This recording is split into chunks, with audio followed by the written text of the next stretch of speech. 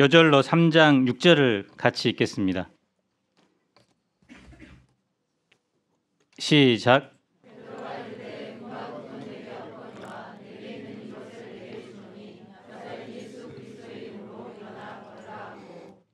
영상 시청 후 120초 후에 돌아오겠습니다.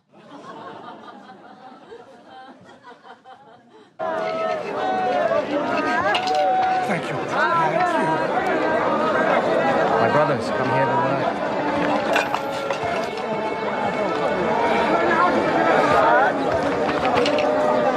Thank you, sister. Thank you. Thank you. Mary.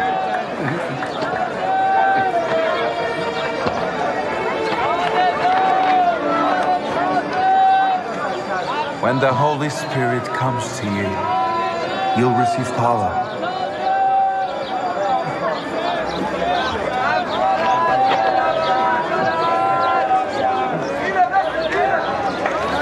I don't have silver or gold, but what I have, I will give you.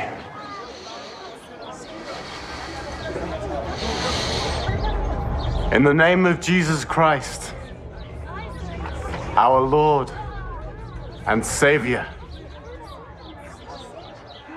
rise up and walk.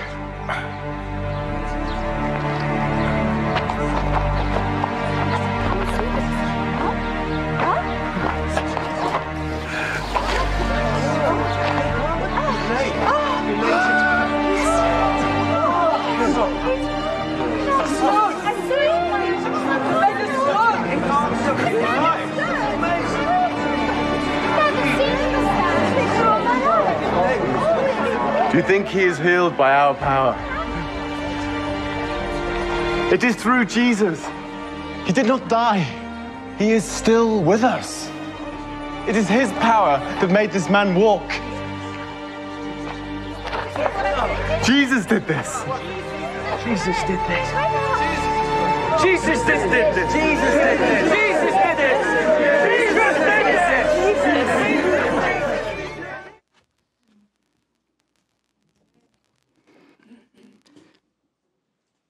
세 가지 반응이 있습니다.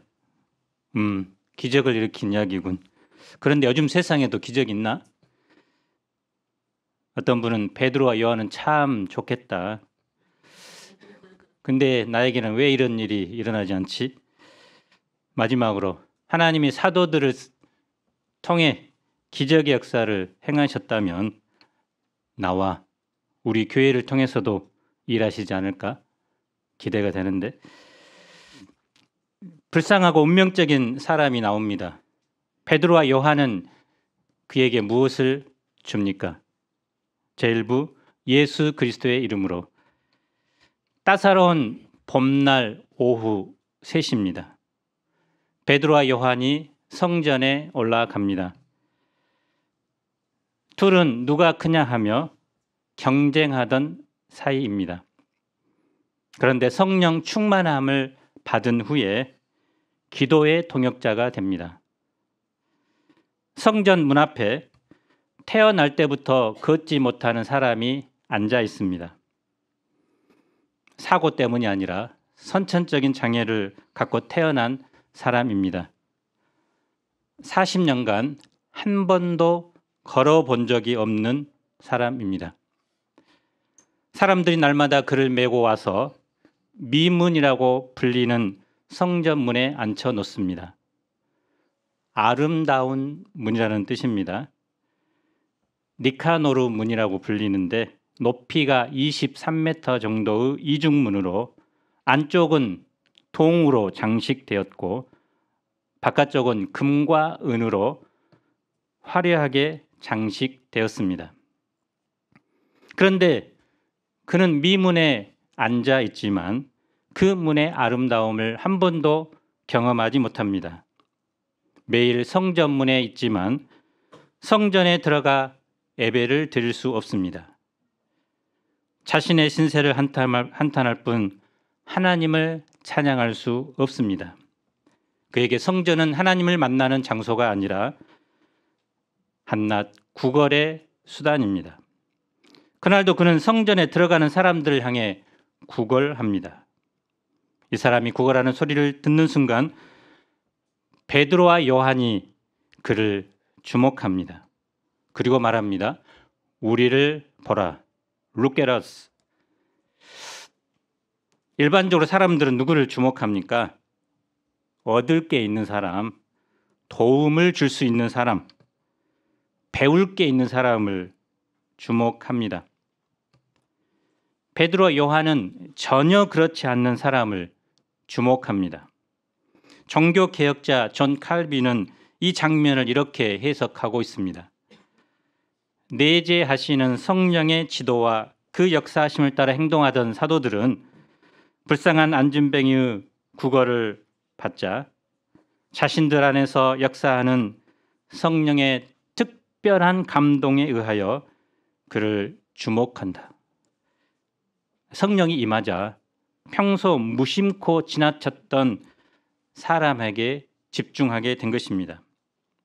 평소에 아무 관심 없던 사람이 성령이 임하자 매우 중요한 사람이 된 것입니다. 우리도 마찬가지입니다. 평소 우리는 수많은 사람들을 무심코 지나칩니다. 그런데 어느 날 성령께서 내 마음에 감동을 주실 때 그 사람은 특별한 주목의 대상이 됩니다. 그래서 어떤 사람은 노숙자를 주목하고 어떤 사람은 탈북자를, 어떤 사람은 장애인을. 그런데 우리는 누구를 주목합니까? 청년 대학생을 주목합니다. 베드로는 그를 어떻게 도와줄까요? 우리 6절을 형제분들이 한번 큰 소리로 읽어봅시다. 시작.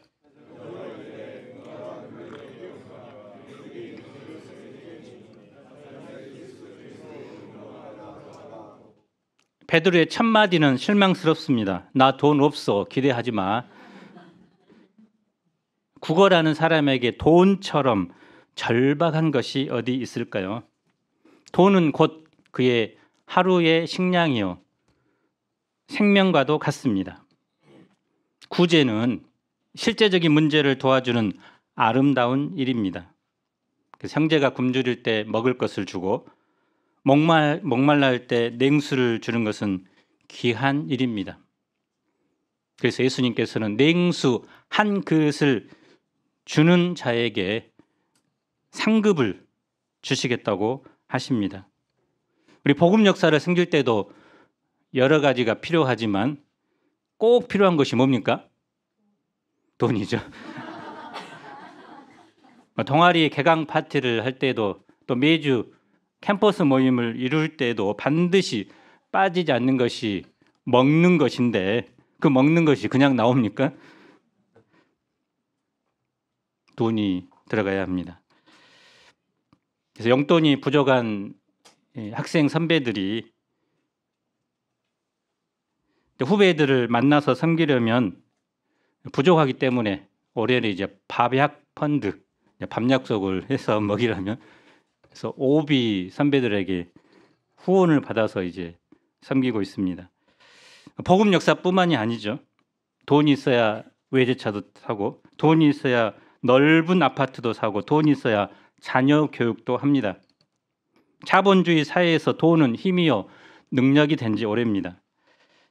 그래서 사람들은 다른 무엇보다 돈을 벌어야 한다는 그 생각에 매여 있습니다. 그리고 은과 금을 가진 자를 부러워하며 배아파합니다. 본문의 베드로가 없는 은과 금을 생각했다면 아무것도 할 수 없었을 것입니다. 부자가 아닌 자신의 현실을 한탄하면서 축복해 주지 않는 하나님을 원망하기 쉬웠습니다. 그런데 그는 없는 것을 보기보다 자기에게 있는 것을 바라봅니다. 베드로가 가지고 있는 것이 무엇일까요? 우리 자매님들이 6절을 다시 한번 읽어주기 바랍니다. 시작.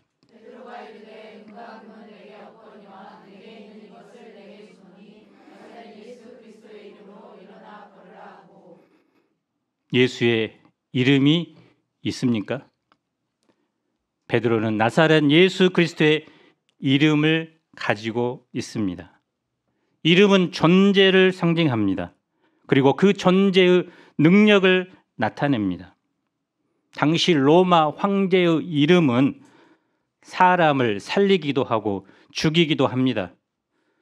모든 백성이 그 발 앞에 엎드립니다. 오늘날 대통령의 권한도 막강합니다. 형량에 상관없이 사면권을 가지고 있습니다. 그런데 예수님은 어떤 분입니까? 예수님은 하나님이십니다. 만물을 말씀으로 창조하신 분이십니다. 지금도 그분의 뜻대로 이 세상을 다스리십니다. 하늘과 땅의 모든 권세를 지닌 분입니다. 그 예수님께서는 복음서에서 이 권세를 사용하여 맹인의 눈을 뜨게 하셨습니다. 또 나병 환자를 깨끗하게 치료해 주셨습니다. 38년 동안 누워있던 병자를 일어나 걷게 하셨습니다. 그리고 심지어 죽은 나사로를 살리셨습니다. 예수님은 전능한 분이십니다. 불가능이 없습니다. 그 예수님께서 요한복음 14장 12절 14절에서 우리에게도 이렇게 약속하십니다. 한번 읽어봅시다. 시작.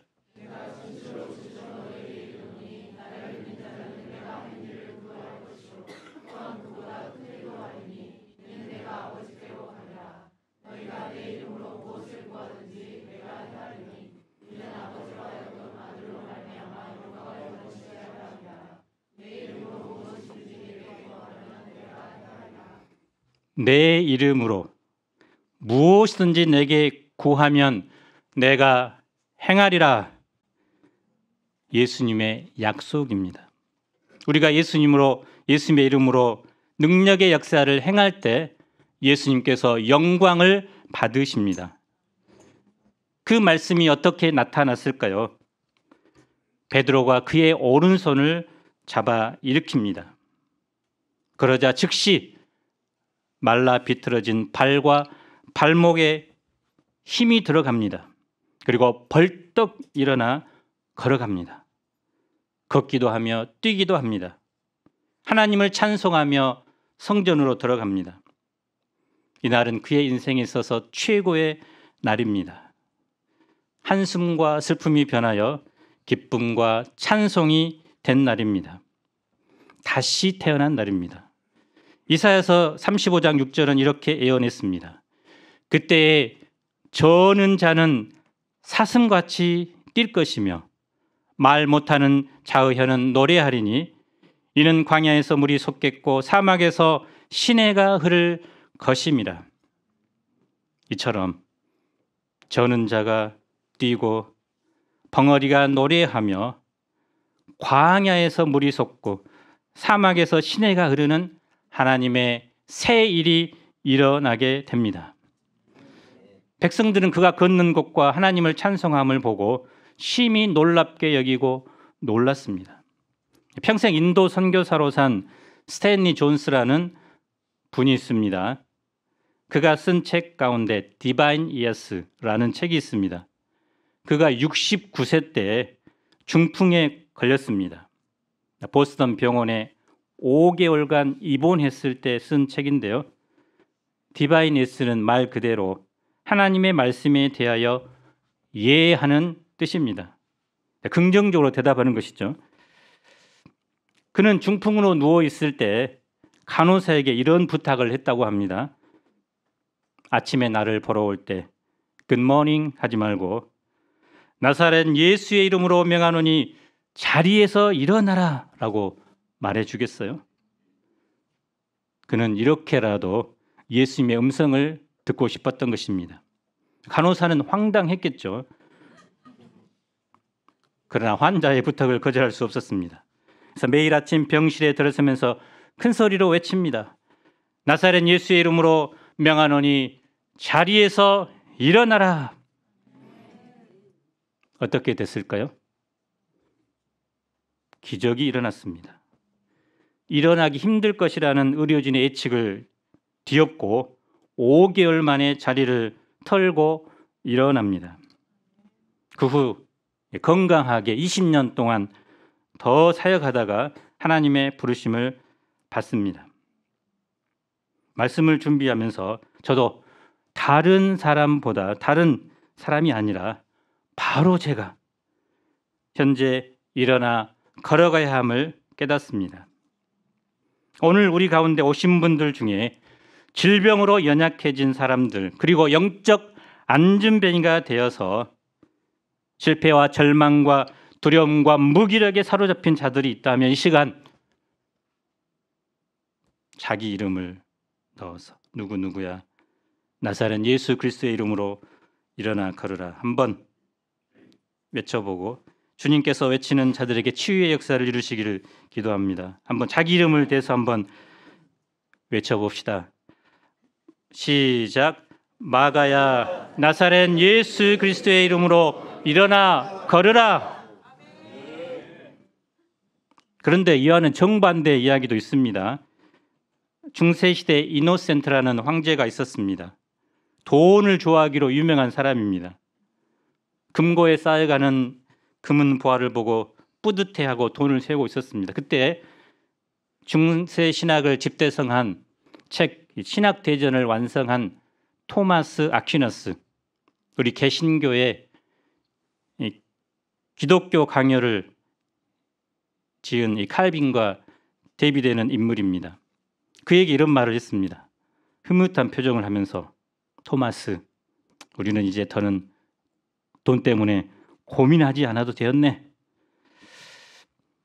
그러자 토마스가 이렇게 말합니다. 교황이시여, 우리는 더 이상 나사렛 예수 그리스도의 이름으로 일어나 걸으라고도 말할 수 없게 되었습니다. 초대 교회 때, 또 오늘날 우리 교회를 바라볼 때도, 한국 교회를 볼 때도 가난할 때는 주님께 나와서 주님의 이름을 간절히 의지하며 어찌하든지 기도하며 믿음으로 살고자 했지만 이제 가진 것이 늘어갈수록 더 이상 그 이름의 권세를 의지하지 않고자 한다는 것입니다. 뭐 돈이 넘치는데 하나님께 아쉬울 것이 없다는 것입니다. 그래서 교회 생활은, 교회에 나가는 것은 더 이상 하나님을 만나는 삶이 아니라 쇼핑하듯이 나가고 있습니다. 토마스 아퀴나스는 이런 말도 했습니다. 초대 교회에는 은과 금은 내게 없거니와 내가 있는 것으로 내게 주노니 곧 나사렛 예수 그리스도의 이름으로 일어나 걸으라고 말하는 능력이 있었다. 그러나 오늘날 우리의 교회는 금으로 기둥을 만들고 대리석으로 바닥을 깔아 엄청난 하나님의 집을 지었다. 우리의 교회는 땅도 많이 가지고 있다. 건물도 가지고 있다. 사람들도 많이 가지고 있다. 은과 금은 이제 우리에게 있다.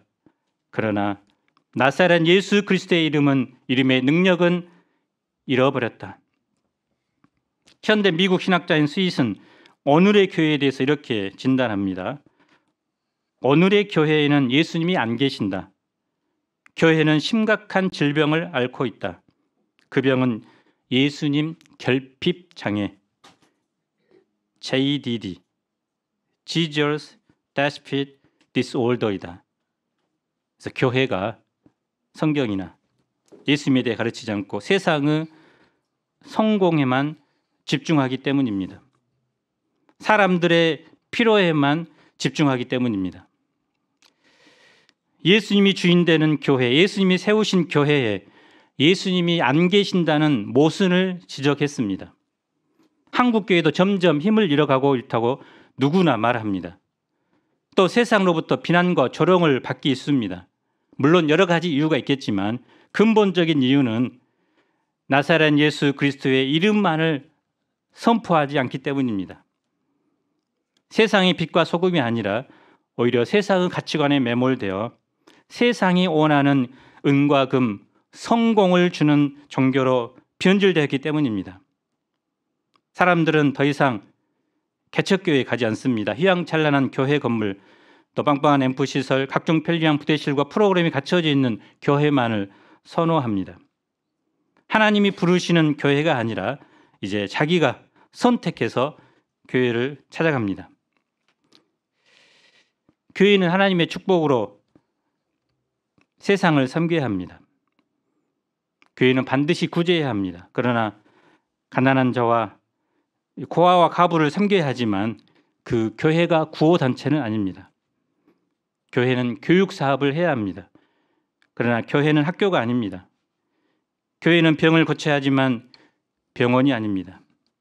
교회는 세상을 개혁해야 하지만 개혁단체가 아닙니다. 교회의 본질은 무엇일까요? 오늘 말씀에 보면 바로 나사렛 예수 그리스도의 이름의 능력을 유일하게 소유한 하나님의 신적인 기관입니다. 그리고 그 능력을 선포하는 것입니다. 믿지 않은 사람들의 영혼을 위해서 밤낮 기도하는 곳이 되어야 하고 그들을 구원할 예수 그리스도의 이름을 선물해 주어야 합니다. 사람을 돕고 살릴 수 있는 길은 오직 예수님의 이름뿐입니다.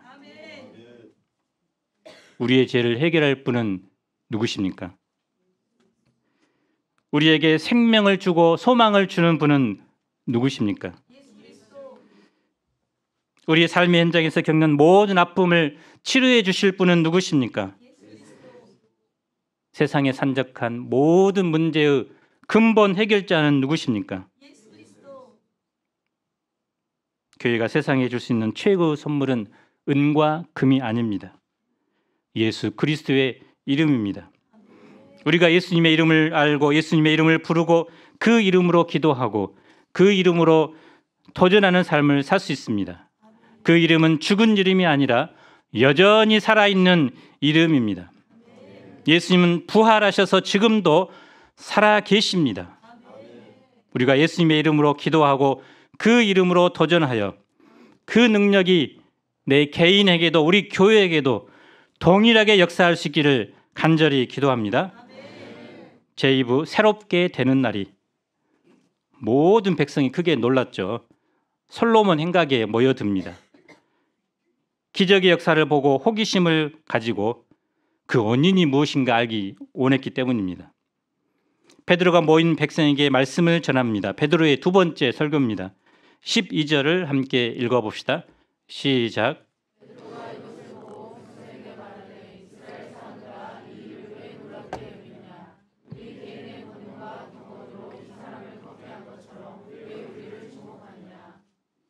그들은 사도들을 주목합니다. 근데 사도들은 예수님을 주목하도록 합니다.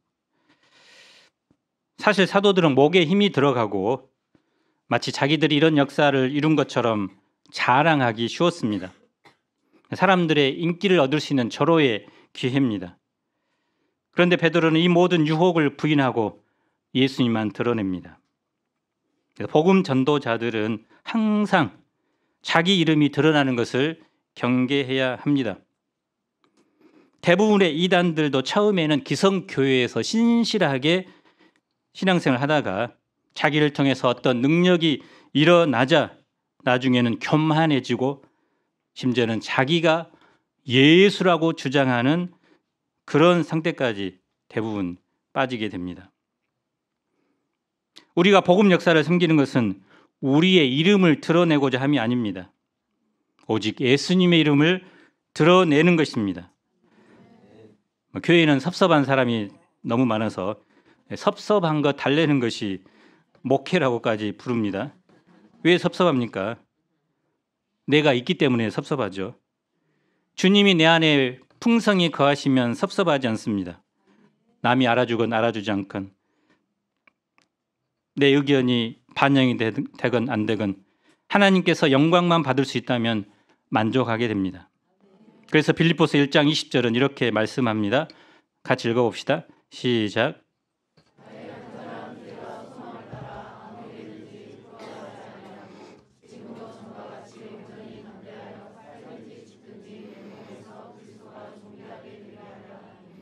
그래서 사도 바울은 수많은 기적을 체험하고 또 업적을 남겼지만 그는 살든지 죽든지 오직 그를 통해서 그리스도가 존귀하게 되기를 원했습니다. 베드로는 계속해서 예수님만 증거합니다. 이스라엘 백성은 하나님께서 영화롭게 하신 예수님을 거부하고 오히려 십자가에 죽였습니다. 그러나 하나님께서 죽은 자 가운데서 예수님을 살리셨습니다. 그래서 베드로는 가는 곳곳마다 그리스도의 부활을 증거합니다.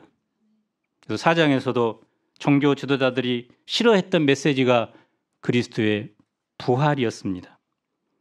그래서 사도들을 감옥에 가두지만 하나님의 말씀은 가두어지지 못하고 남자만 5천 명이 예수님을 믿는 역사가 일어났습니다. 예수님이 5천 명을 물고기와 빵으로 먹이셨다는 그런 이야기는 있지만 5천 명이 한꺼번에 예수님을 믿었다는 그런 일은 없었습니다. 사도들이 예수님보다 더 큰 일을 한 것입니다.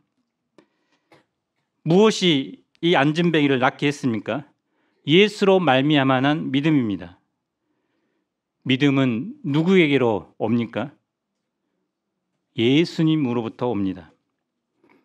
자신을 바라보고 상황을 바라보면 믿음을 잃어버리지만 예수님께 주목하면 믿음이 생깁니다.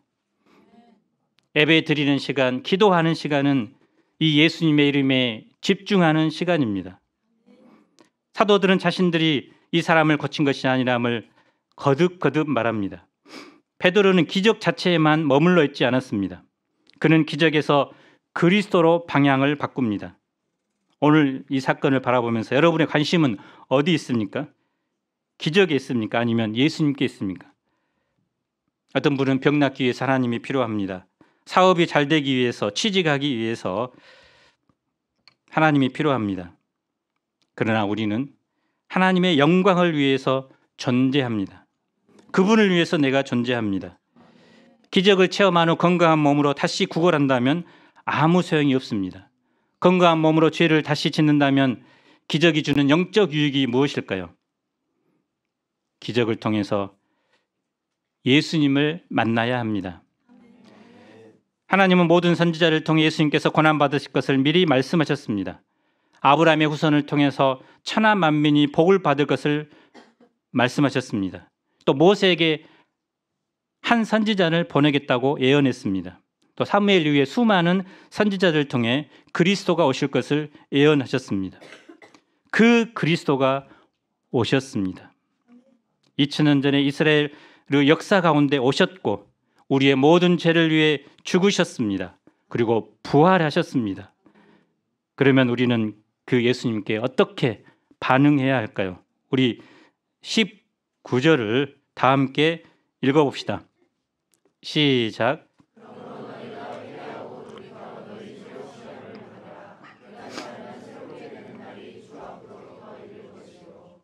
우리가 예수님께 대한 반응은 회개와 돌이킴입니다. 그럴 때 새로운 날이 임합니다.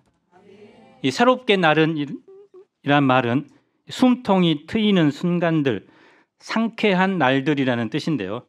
신체의 어떤 부위가 꽉 막혀 답답함을 경험해 본 적이 있죠.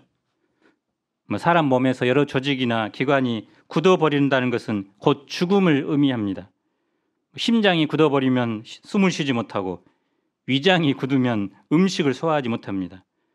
폐가 굳어버리면 산소 공급이 안 됩니다. 손발이 굳어버리면 움직일 수 없습니다. 사람의 영혼과 생각이 굳어버리면 그 사람은 내적으로 죽습니다. 그러나 이런 사람이 회개할 때 꽉 막힌 영혼의 숨통이 트이고 새로운 삶을 살게 됩니다.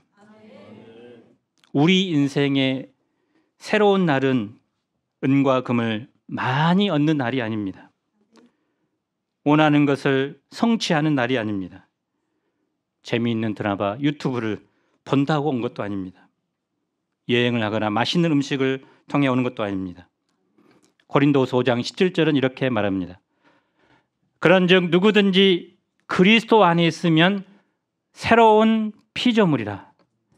이전 것은 지나갔으니 보라 새 것이 되었도다. 회개하고 죄 사함 받을 때 우리의 삶은 새로운 날이 됩니다.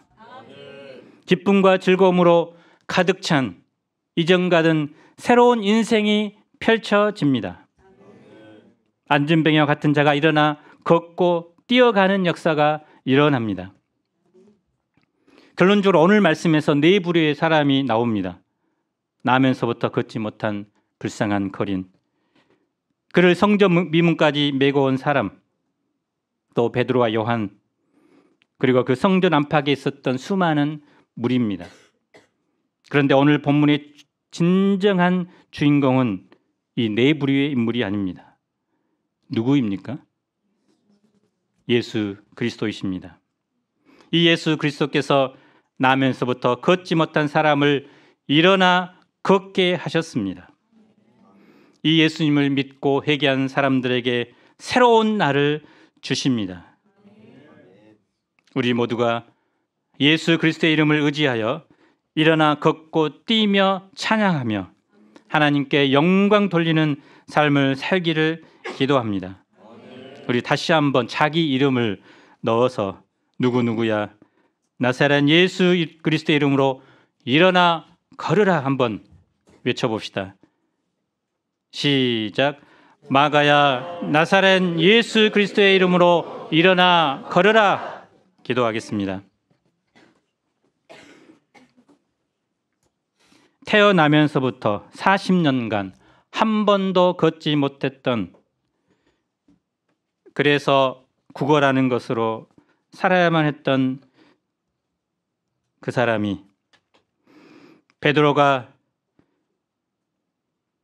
은과 금은 내게 없거니와 내게 있는 것을 내게 주노니 나사렛 예수 그리스도의 이름으로 일어나 걸으라 했을 때 그가 일어나 걷고 뛰는 새로운 인생을 살게 되었습니다. 우리도 각종 질병과 또 영적 안진병에 대해 무기력하게 누워있고 또 도전하지 못하고 또 절망 가운데 있다면 이 시간 우리를 부르시고 새롭게 하시는 예수 그리스도의 이름의 능력을 의지하고 우리가 일어나 걸어가도록 도와주시기를 간절히 기도합니다. 우리가 회개하고 돌이켜 이를 통해 우리에게 새로운 날, 유쾌한 날, 상쾌한 날이 되도록 축복하여 주시옵소서. 예수님 이름으로 기도합니다. 아멘.